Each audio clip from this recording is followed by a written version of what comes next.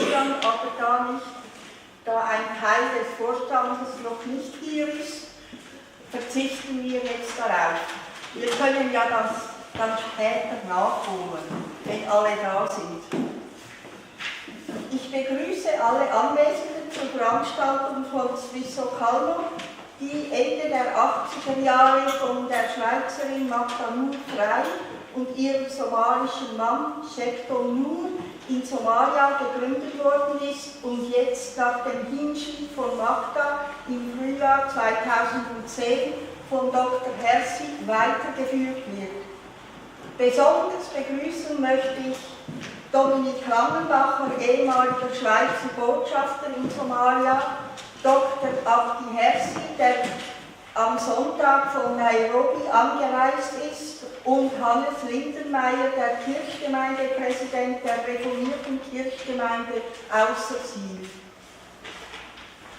Ich wünsche Ihnen allen einen interessanten Abend und hoffe, er möge Ihre Sicht auf Somalia erweitern. Ich gebe jetzt Bashir Gopton das Wort. Danke.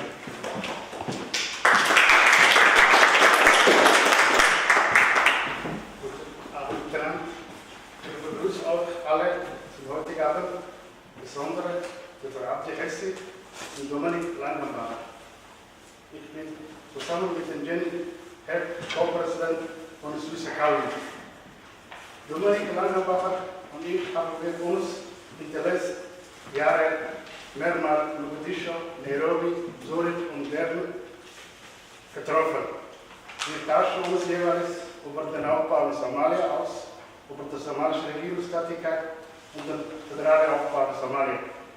Mich freut sehr, Dominik Langenbacher am heutigen Abend begrüßen zu dürfen. Und ich übergebe ihm das Mikrofon. Er wird uns über seine Erfahrung in Afrika berichten. Herzlich willkommen, Botschaft.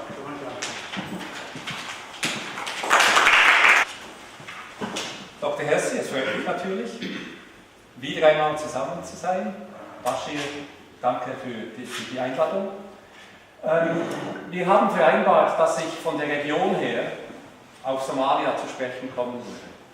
Was Sie hier oben sehen, das ist das große Horn von Afrika. Somalia ist das Horn von Afrika, genau genommen. Aber wenn man dann die drei Nachbarn, Djibouti, Äthiopien und Kenia, dazu tut, dann sagt man, das ist das kleine Horn von Afrika. Das große Horn ist dann nochmals 4 Nachbarn, diese 4 Länder, mit dem Sudan, dem Südsudan, Uganda, die dazukommen. Das macht 8 Länder, die politisch gesprochen, zum Teil auch geografisch, das Horn von Afrika ausmachen. Jetzt, diese 8 Länder haben unter der Afrikanischen Union, das ist die regionale Organisation der UNO, und der UNO ihre Mandate. Ich komme dann darauf zu sprechen. Das ist also Subsidiarität. Die Länder sind Teil der regionalen Organisation, sind Teil der afrikanischen Organisation, sind Teil der Weltorganisation. Wenn Sie die Länder anschauen, kaum ein Land unter diesen 8, das nicht irgendwie Probleme hat. Das ist eine schwierige Region. Und Somalia ist die Spitze davon. War die Spitze auch bezüglich Probleme, die es gibt? Ist es heute nicht mehr. Südsudan, das junge Land, das erst 2011 gegründet wurde oder konstituiert wurde, hat heute noch schwerwiegendere Probleme als Somalia. Dort ist Krieg. Aber es ist wichtig, dass wir die Nachbarn von Somalia anschauen und vor allem die beiden großen Äthiopien und Kenia. Äthiopien ist die Vormacht im Horn von Afrika und teilt einen großen Teil der somalischen Bevölkerung mit Somalia. Aber in diesem Teil von Äthiopien, der von Somali bewohnt wird, ist auch eine Unabhängigkeitsbestrebung im Gang, die von den gleichen unterstützt wird, die Al-Shabaab unterstützen. Das heißt, das Grenzgebiet zwischen Äthiopien und Somalia ist unsicheres Gelände. Dort gibt es militärische Präsenz von äthiopischen Truppen, es gibt Freischärler, es gibt die ONLF und es gibt Islamisten, die sich dort mitmischen. Äthiopien hat ca. 40%, vielleicht mehr, Muslime als Bevölkerung und muss versuchen, die Balance zwischen den orthodoxen Christen und den Muslimen zu halten. Und dazwischen versuchen die gleichen extremen Islamisten ihre Spielchen zu treiben wie in Somalia. Dann gibt es andere Brennpunkte zwischen Äthiopien und Somalia. In Somaliland ist der Hafen von Berbera, nur ein bisschen östlich von Djibouti, von Interesse. Und Äthiopien träumt davon, spricht davon, versucht Geld zu mobilisieren, um in Berbera sich aufzustellen für den Export und Import. Jetzt Berbera ist in Somaliland. Und Somaliland ist nicht Somalia, sagt Somalia. Mogadischu sagt aber doch, du bist. Also auch dort wiederum ein Nachbar, der nicht unbedingt hilfreich ist. Insgesamt auf der geopolitischen Ebene müssen wir verstehen, dass was die USA und die EU versuchen, ist mit Äthiopien, Südsudan, Uganda und dem Kongo und Kenia einen christlichen Riegel zu schieben zwischen dem muslimischen Norden mit dem Sudan und eben dem Horn von Afrika, präzise Somalia, wo überall die Salafisten versuchen, das Gegenteil zu bewegen. Das ist auch der Grund, weshalb die internationale Gemeinschaft dermaßen interessiert ist an Somalia. Es geht darum zu verhindern, dass der Islam ins Herz von Afrika, den Kongo, rennt.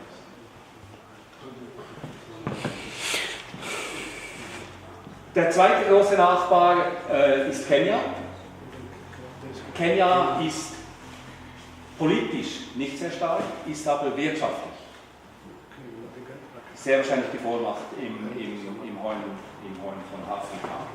Die ganze internationale Gemeinschaft, die sich mit Somalia befasst, sitzt grundsätzlich in Nairobi.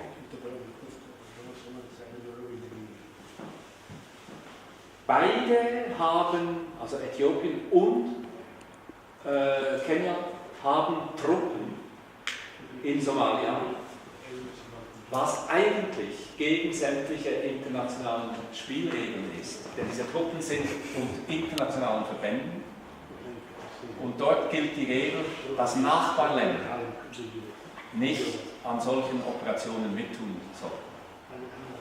In Somalia diesbezüglich eine große Ausnahme. Mit den Problemen.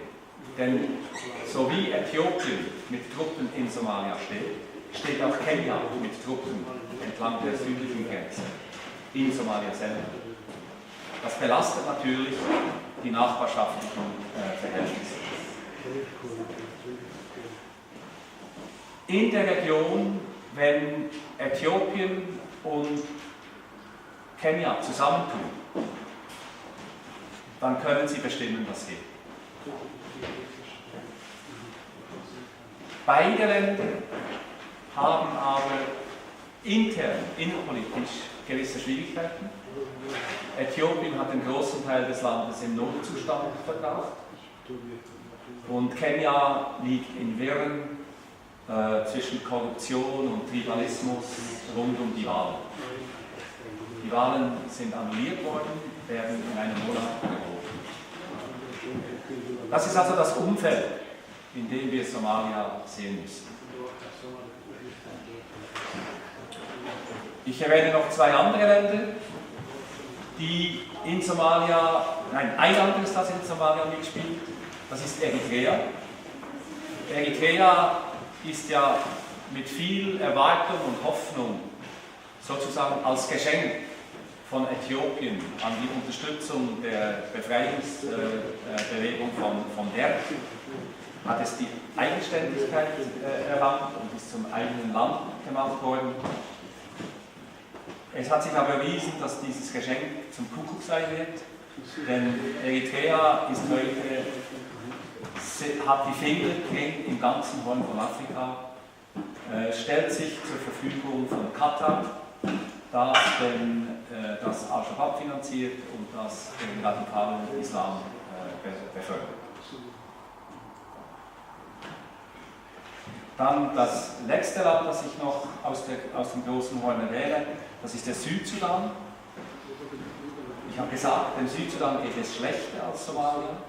Und damit hat natürlich Südsudan auch sehr viel Aufmerksamkeit der internationalen Gemeinschaft auf sich gezogen. Und letztlich wandern damit auch Gelder, die zu Somalia kommen könnten, wandern jetzt in den Südsudan ab, wo es darum geht, überhaupt einmal die Waffen zum Schweigen zu bringen. Also das ist das Umfeld, in dem wir Somalia sehen müssen.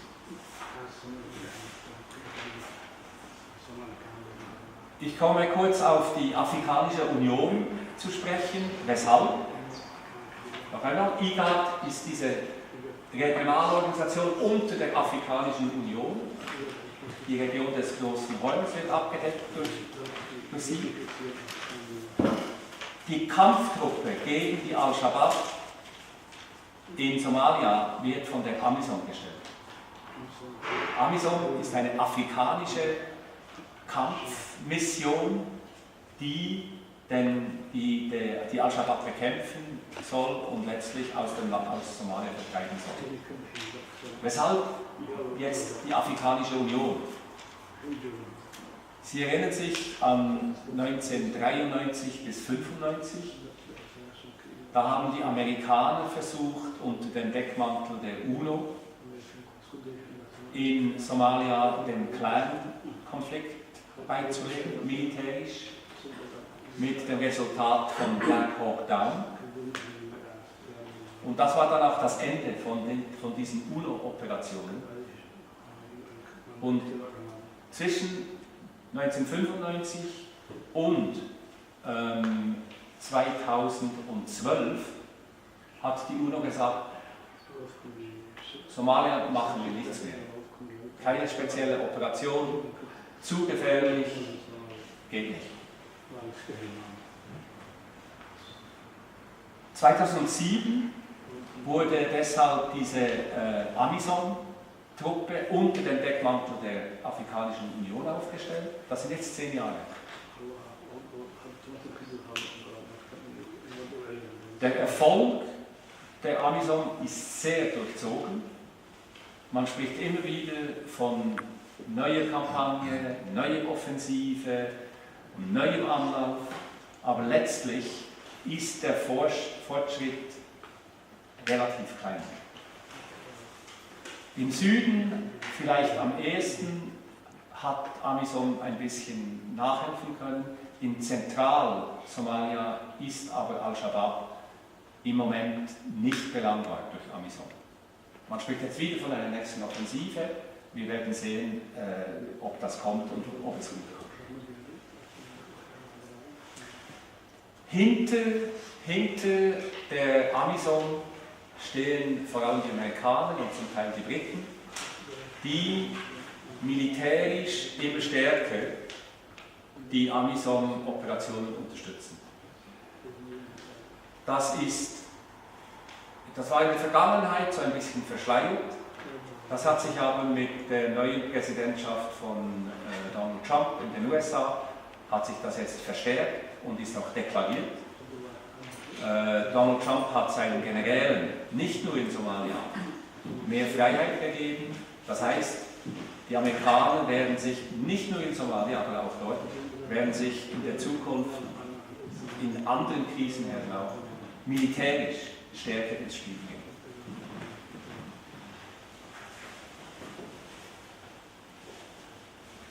Noch kurz einen Blick auf die UNO.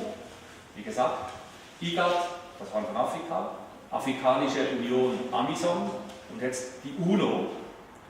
Die AMISOM hat auch ein UNO-Mandat, nämlich eben diesen Kampf durchzuführen, den die UNO nicht wollte. Als sich Somalia 2012 die provisorische Verfassung gab, da gibt es 4 Punkte, die damit die internationale Gemeinschaft vollzogen hat. Erstens, Somalia hat entschieden, dass es als Föderation zusammenkommen wolle. Zweitens war der Präsident nicht mehr ein Transitionspräsident, ein Übergangspräsident, sondern Präsident von Somalia, und es folgte die internationale Anerkennung der Regierung. Gleichzeitig hat man Somalia im internationalen Jargon graduiert, das heißt, es wurde seit 2012 nicht mehr als Konfliktstaat angesprochen, sondern als fragiler Staat. Das erlaubte es dann, und das ist der 4. Punkt, der UNO zu sagen, wir gehen jetzt nach Somalia.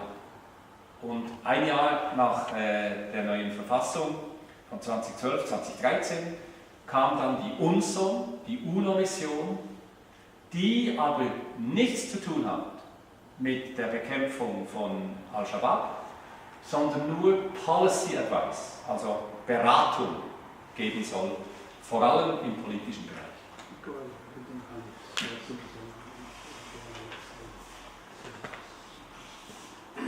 Jetzt, wo stehen wir heute in Somalia? Und ich beziehe mich jetzt hier auf den Bericht des Vertreters des Generalsekretärs, also des UNSOM-Vorstehenden, an den UNO-Sicherheitsrat. Der war eben letzte Woche, das war am 13., ist also hochaktuell. Wo sieht die UNO, dass Somalia heute steht? Der Fortschritt wird als graduell bezeichnet und ist im Gang. Man sagt also nicht, wir haben Fortschritte gemacht. Man sagt, wir machen Fortschritte. Und die seien sehr fragil, ist das Wort. Zweiter Punkt.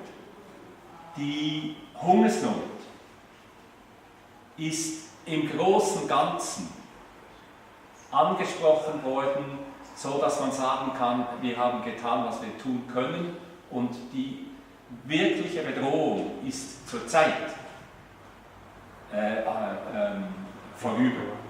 Aber die Hungersnot, die Dürre hat wieder 900.000, das ist fast 1 Million, 900.000 Leute in Bewegung gesetzt, die ihr angestammtes Gebiet, ihre Heimat, ihren Wohnort verlassen haben, weil sie mit den Kamelen, wegen der Landwirtschaft, wegen des Wassers, mehrheitlich in Städte und in Auffanglager haben ziehen müssen. Der 4. Punkt ist die Sicherheit. Die Sicherheit ist im Moment in Somalia prekär wie schon eine Weile nicht mehr. Es gab eine Zeit vergleichbar im Vorfeld der Wahlen, das war Ende letzten Jahres, aber heute ist vor allem in Mogadischu ist die Lage von der UNO als sehr kritisch beurteilt.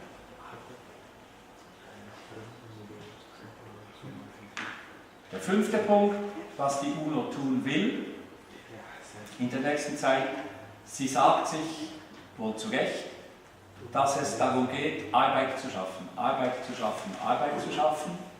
Das hat dann nämlich zwei Effekte. Es hilft die Bevölkerung ernähren. Somalia wird immer wieder und mit der Klimaveränderung immer mehr Dürren erleben. Also Arbeit bringt Essen auf den Tisch.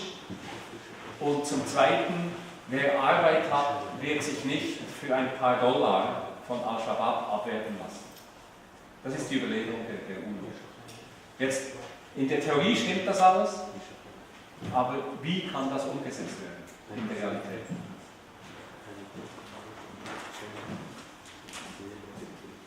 Als Problem, natürlich, das Wort Problem gibt es nicht mehr im UNO-Schreiben.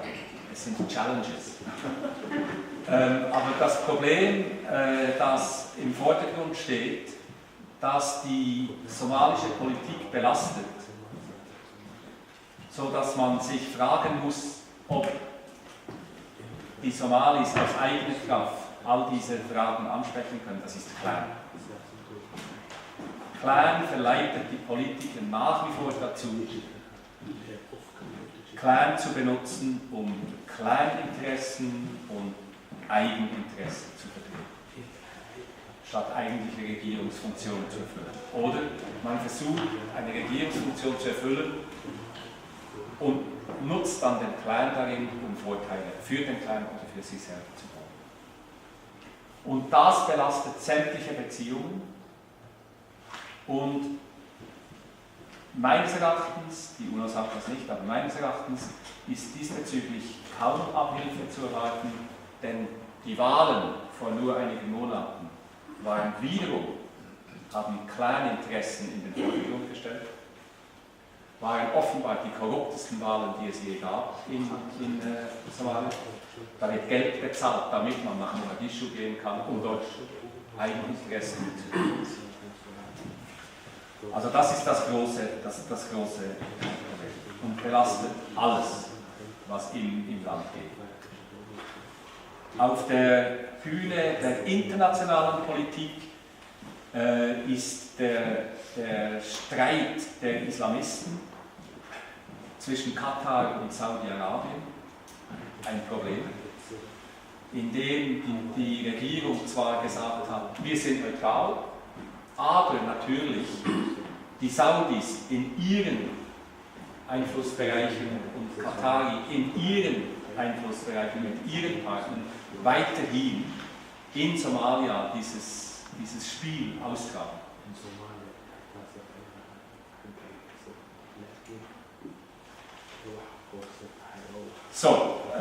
So viel zu der Situation in Somalia. Ich komme noch kurz zum Föderalismus.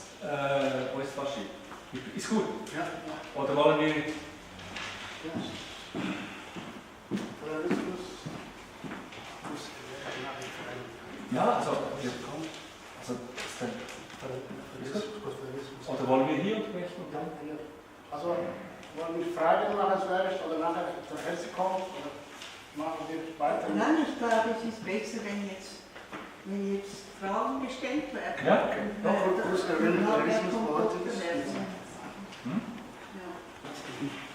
Dem Süden überwunden worden sind durch föderalistische, autonome Strukturen und so weiter. Ja. Also Föderalismus in Somalia ist vielfach noch mehr ein Wort und eine Idee als Realität. Ja. Es gibt zwei Gebiete, die sich staatlich organisiert haben. Das ist Somaliland.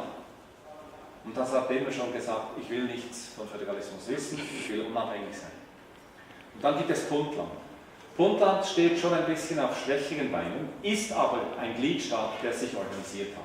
Die haben ein Budget, die haben gewisse Prozeduren, die eingehalten werden. Und das sind jetzt just die beiden, also die Grenze zwischen Somalia und Somaliland ist zwischen diesen beiden Gliedstaaten. Ja. Und da ist man überhaupt nicht weit gekommen in den letzten Jahren. Die Sul und Sanat, die beiden Regionen, die dazwischen sind, die sitzen nach wie vor auf dem Zaun und einmal sagen sie Somaliland und gewisse Clans sagen dann nein, es ist Puntland. Und es hat sich auch noch in diesen beiden Regionen hat sich eine dritte Kraft etabliert, die will aus Zulu-Natal einen neuen eigenen föderalen Mitgliedstaat, den Dervish State, gründen. Also man ist nicht weitergekommen. Die Gespräche zwischen Hargeisa und Mogadischu gibt es und gibt es nicht. Man sagt, wenn ein Somaliländer, der sich mit der Regierung in Mogadischu abgegeben hat oder sogar ein Mitglied ist davon, wenn der mit dem Flugzeug nach Hargeisa kommt, dann gibt es 2 Türen am Flugplatz. Die eine geht direkt ins Gefängnis und die andere gibt ihm das VIP-Treatment. Das ist die Situation. Was ist das? VIP, das ist, er wird in allen Ehren empfangen. Aber nur Politiker. Nicht nur Das ist die Politik, das sind nicht die was ich sage, das sind die Politiker. Das sagen die Somalis, das sagen sie als Witz, aber es widerspricht natürlich, in jedem Witz ist ein Kern. Also, es gab ja auch die türkischen Gespräche. Da hat sich die Türkei als Mediator angeboten und hat verschiedentlich Delegationen eingeladen zu Gesprächen in die Türkei. Und die sind vor den Wahlen zusammengebrochen. Also die Türkei hat sich, ohne irgendwie das zu erklären, das tut man ja nie, wenn etwas zusammenbricht in der internationalen Politik, hat sich abgemeldet von diesen Gesprächen. Das heißt, im Moment gibt es an und für sich niemanden. Die UNO kann so ein Mandat erst aufnehmen, wenn sie angefragt wird. Die Türkei hatte das noch aus einer Londoner Konferenz heraus weitergesponnen. Kein Problem. Und die Al-Shabaab benutzt Clan und Clan benutzt Al-Shabaab. Wie es geht. Es ist schwierig, da Kämpfe aufzunehmen, also da Krieg zu führen, weil das ist ja praktisch unmöglich. Es braucht eine dritte Kraft. Und das sollte Amison sein. Die Somalis sind Sunniten, aber Sufi-Sunni. Die bejahen das Diesseits. Sie tanzen, sie singen, was im Salafismus nicht erlaubt ist. Ja?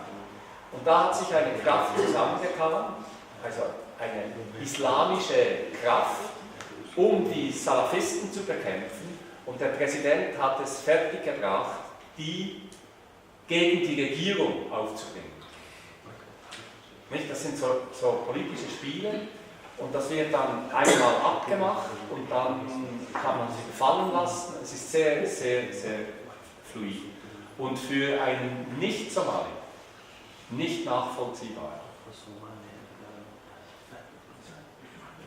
Aber im Grunde genommen müsste man ja diese Clans nichts zu tun.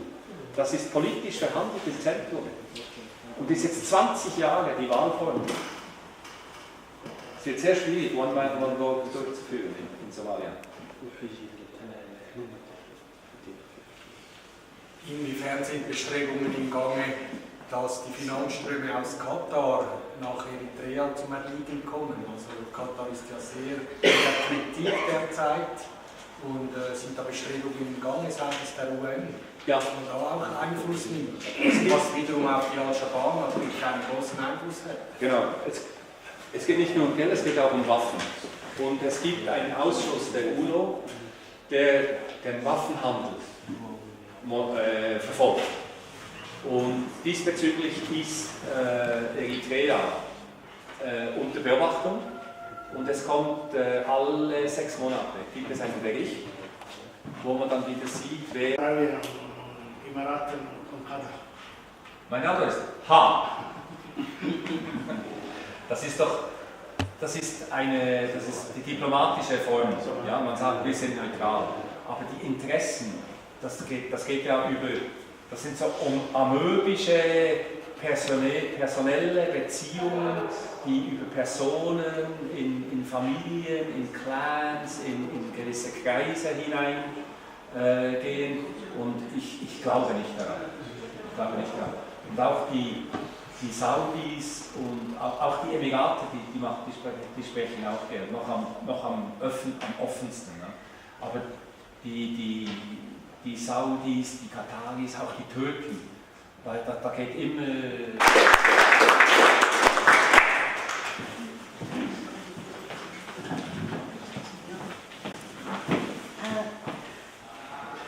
Könnte jetzt jemand das, was ich sage, auf Somalisch Herrn Dr. Hersi übersetzen, bitte?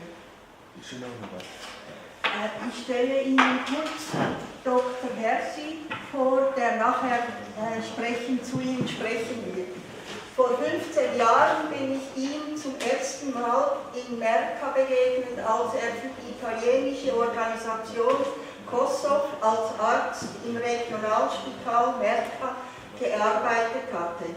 Damals besuchte ich das somalische Werk New Ways des Fördervereins Neue Wege in Somalia nach dem tragischen Tod seiner Gründerin Fred Karl.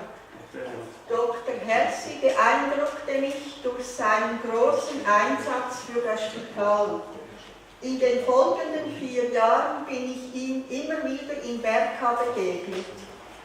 Unsere Gespräche beim Mittag- und Abendessen, am Morgenessen um 6:30 Uhr habe ich ihn nie gesehen, da war er bereits im Spital.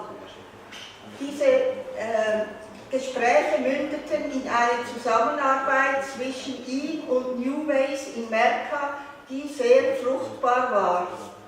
Unsere Zusammenarbeit ist nie versiegt, auch nachdem der Förderverein Neue Wege seine Tätigkeit in Merka aufgegeben hat. Am Sonntag habe ich mich mit ihm über die Zukunft von Swisso Calmo unterhalten und war sehr beeindruckt von seinem eisernen Willen, die Aktivitäten von Swisso Calmo in Somalia aufrechtzuerhalten und seinen klaren Vorstellungen über die Art der Fortführung dieser Organisation. Ich übergebe jetzt das Wort Dr. Hersi und Frau Dr. Agnes Kiener, unsere Vizepräsidentin, wird die deutsche Übersetzung machen. Danke. English or Somali? Ich spreche nur Englisch oder Somalisch.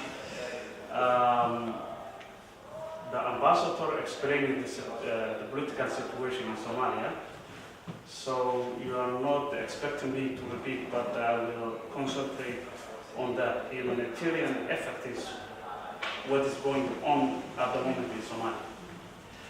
Herr Langenbacher hat das politische Umfeld in Somalia ja bereits erläutert. Ich möchte an dieser Stelle nichts wiederholen, sondern ich gehe mehr auf die humanitäre Situation in Somalia ein. I will concentrate on this point.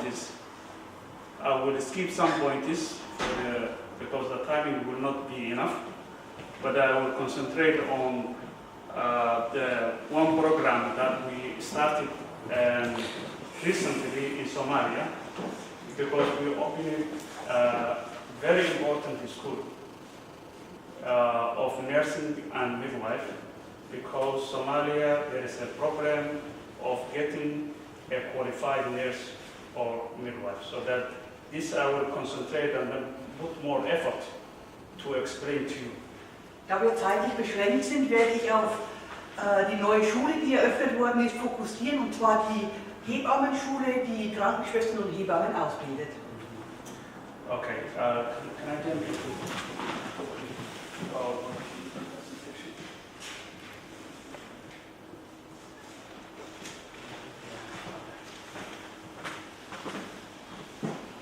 So, just a summary of the Swisso Calmo.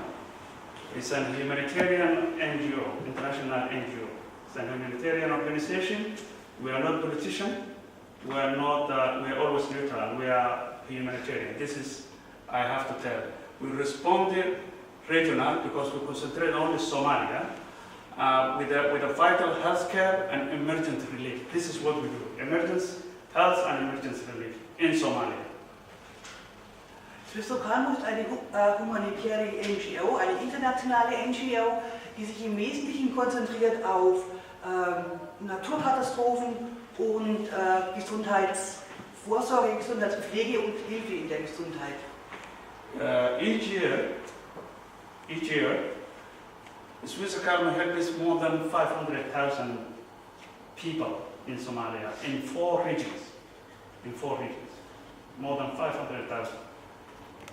Jedes Jahr hilft Swiss Lokalmo 500.000 Menschen in Somalia, Menschen, die in Not sind, die sich aber, wie der Herr Langenbacher auch gesagt hat, sich in 4 Regionen aufhalten, innerhalb von Somalia. This community, mainly we concentrate on the mother and children because they are the most vulnerable. Wir konzentrieren uns hierbei auf Mütter und Kinder und Mütter mit kleinen Kindern, die am meisten anfällig sind für eine Bedrohtheit, für eine gesundheitliche Hinfälligkeit. Swiss Lokalmo supports more than 600 staff. This is a very big number of staff that any organization can support. So more than 600 staff, mostly local Somalis. And this organization started in Magdalene. Up to now, 23 years. I think this is more than 2 decades, and then there's no any other organization working in Somalia who stayed that long time. So 20 years presence in Somalia. Swiss Lokalmo ist mittlerweile 23 Jahre in Somalia präsent und verblieb eben auch in Somalia während der Zeiten des Bürgerkriegs. We act quickly, any emergencies. Swiss Lokalmo, we act quickly. If we see there is a problem in one region or maybe in one district, we don't wait, we act urgently. Swiss Lokalmo kann sehr schnell sich auf den Einsatz begeben, aufgrund der Struktur und der Infrastruktur, die wir uns in Somalia gegeben haben. Our work is sustainable, and I will explain. Our work is sustainable, and then I will explain. Unsere Arbeit ist nachhaltig. Wir legen großen Wert auf Nachhaltigkeit. Because we work closely with the local authorities and communities. Swiss Lokalmo always we work with the community. We don't work separate from the community. And then whatever we are doing, the community will protect all the projects. That's why 23 years we have never stopped working in our projects. Swiss Lokalmo arbeitet konsequent mit den lokalen Gemeinschaften, nie ohne den Konsens der Dörfer und der regionalen Betriebe. Dies hat uns auch geholfen, die ganze Zeit in Swiss Lokalmo in Somalia auszuharren, obwohl Krieg war oder gar keine Zeiten gab. The other reason why Swiss Lokalmo stayed longer and sustainable is because Swiss Lokalmo then Bay region, and then Galgaduud region and Benet region. This is the 4 regions that we are operating at the moment. Swiss Lokalmo ist in 4 Regionen tätig. Die 4 Regionen, in denen es eine vergleichsweise hohe Bevölkerungsdichte gibt, sind Lower Shabelle, Bay Region, Galgaduud Region und Banati Region. These are the projects that we are currently implementing in those regions. Health, mainly primary healthcare and secondary healthcare. Nutrition, which is sorry because I make it short, but this is not interesting, is a TSFP, OTP and SC, which is the different types of targeting the therapeutic feeding of the children. So the nutrition, those in Galgaduud is that central party, and then in Benadir and in Lower Shabelle, at this part of the coast, and the south, there's a Bay region. And the legenda showed, I don't know whether you see or not, hospitals are blue, red are TB, green HIV, and yellow notice are primary healthcare, MCH. So I don't know whether you see or not, but this shows only. Swiss Lokalmo is an organization which has an structure and coordination mechanism. And this is what's called, like for example, we have an office in which lies to the Zurich, and then we have an operation office in Benadir, North Mogadishu, and then we have offices in New. So this is just like that. I don't want to just read bit by bit. Der Aufbau von Swiss Local ist folgender. Es gibt in Nairobi das zentrale Büro, das auch die Aufgabe hat, gerade mit uns in Zürich Kontakt zu haben, permanent Kontakt zu haben. Das Landesoffice ist in Mogadischu, wo die Aufgaben, wo auch zu gewissem Grad übergeordnete Aufgaben wahrgenommen werden, wie Logistik, Management, Information, Monitoring und Evaluation. In diesem Büro in Mogadischu gibt es dann 4 untergeordnete Büros, die finden sich in Merka, bei Doha und Nusamareb, und die gehen dann die thematischen Fragestellungen an, wie Gesundheit und Ernährung, Wasser und Abwasser, Existenzsicherung und so weiter. This is the, as I said, is a charity project in Somalia. I told you, but now I divided into health, nutrition, livelihood, and education. The most important, I explained it before, but the most important is the school that we work on in nursing and welfare school. And this is why we are saying that school is important. We are humanitarian, working in hospitals and health centers. So we need and staff. During our presence in a long time in Merka, the number of nurses, qualified nurses, was very, very limited. What we have done was, we were collecting a graduate of secondary school, if we are lucky, and then train for health. That is the staff, we call it an auxiliaries or nurse aides. So I remember 150,000 we trained in Merka to have a staff who can work. Staff who can work in our facilities. This is difficult because they are not qualified. As I will explain, many people, many qualified like me, left the country during the Civil War. So less people remain. So now, Swiss Calmo, though we are doing healthcare service and education, we are putting also a service to the community so that development now started, and we're opening this school with the support of the Julius Foundation. They already granted for 3 years, and we are hoping that we will produce a good candidate or cadres of the health service. So this is the one what already explained. Wir kommen jetzt auf die Schule, die wir eröffnet haben, zu sprechen, die Krankenpflege und Hebammenschule. Of losing the funding, so that Swiss has another mechanism, fundraising here, fundraising locally, keep the things, apply the funding from the donor. So that I just want to show you most of the projects that were running ending in 2017. Little are beginning in 2018. So this is the time that we are fundraising here, and then maybe reach 2019 to elect. We will know when we reach the end of the year. So this is the only that one. Diese Liste zeigt eine Liste der Projekte, die wir momentan führen. Wichtig daran zu sehen ist auch das größte Problem dieser Liste bzw. der Projekte, dass sie immer nur für ein Jahr finanziert wird. Und das ist einfach problematisch, wenn man ein Krankenhaus, das ans Laufen bringt und nur Geld für ein Jahr hat, muss schon wieder versucht werden, das Geld für das nächste Jahr und das Geld für das nächste Jahr einfach zusammenzubringen.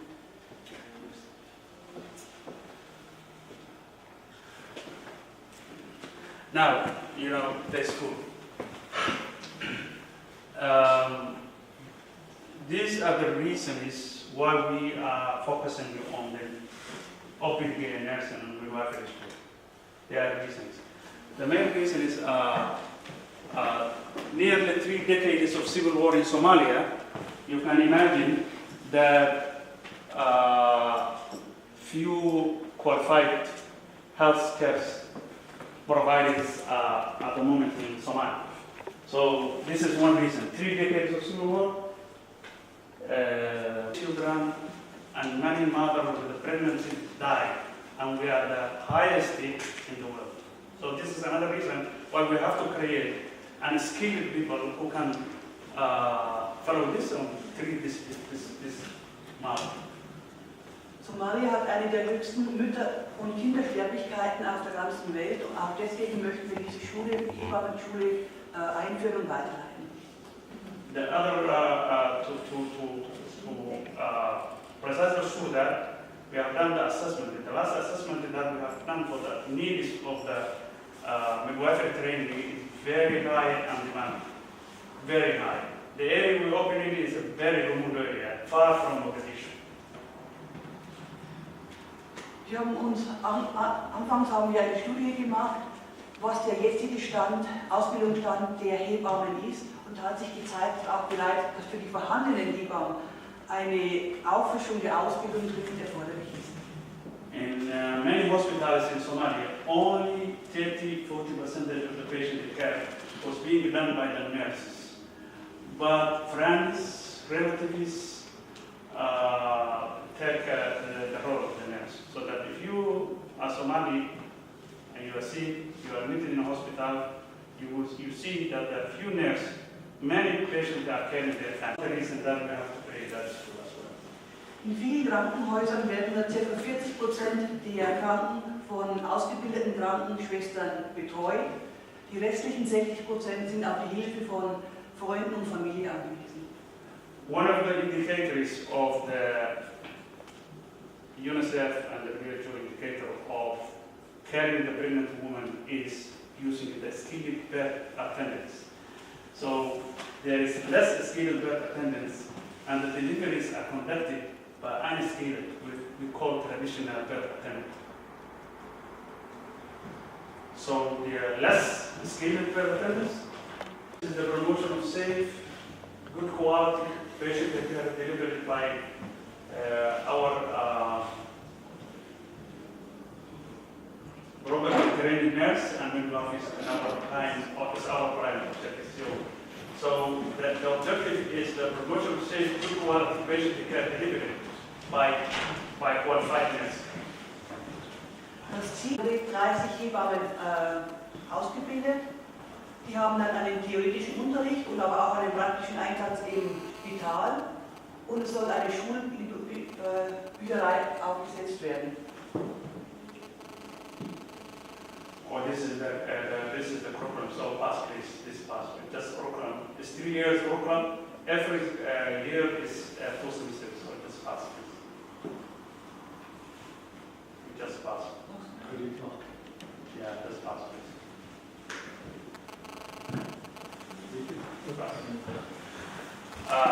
We have been talking to create a human resource. We have been talking to create a human resource. One is hospital. The hospital we are talking that will support it as good. The morning staff only this, because I asked to send me a photo for the morning staff. But then there's another 2 shifts. So in a hospital that Swiss Academy built last year, that number, and this hospital is 70 beds hospital in Nusumare. Next please. This is the Hanan Hospital of patients of our presence in Somalia. The blue one is the Mogadishu, our operation office, and then the sub offices in the regions. Die letzte Folie hat gezeigt, wie der Aufbau der Niederlassungen in Somalia. Where Magda and Mo used to live, and they built this hospital, this compound. Expanded because this region is Swiss Academy's first organization who started health. The health, and this operates in Beirut, and the Swiss Academy is operating. We're having a health and nutrition program.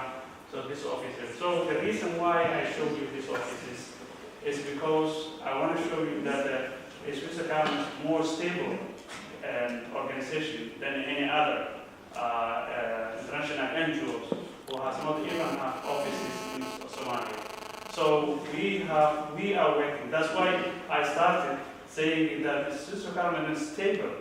We are stable because we are closer to the community, and we are already reaching to the community. Yeah. Wir haben diese vielen Compounds jetzt gezeigt, auch um zu sagen, wir sind nahe an der Bevölkerung dran.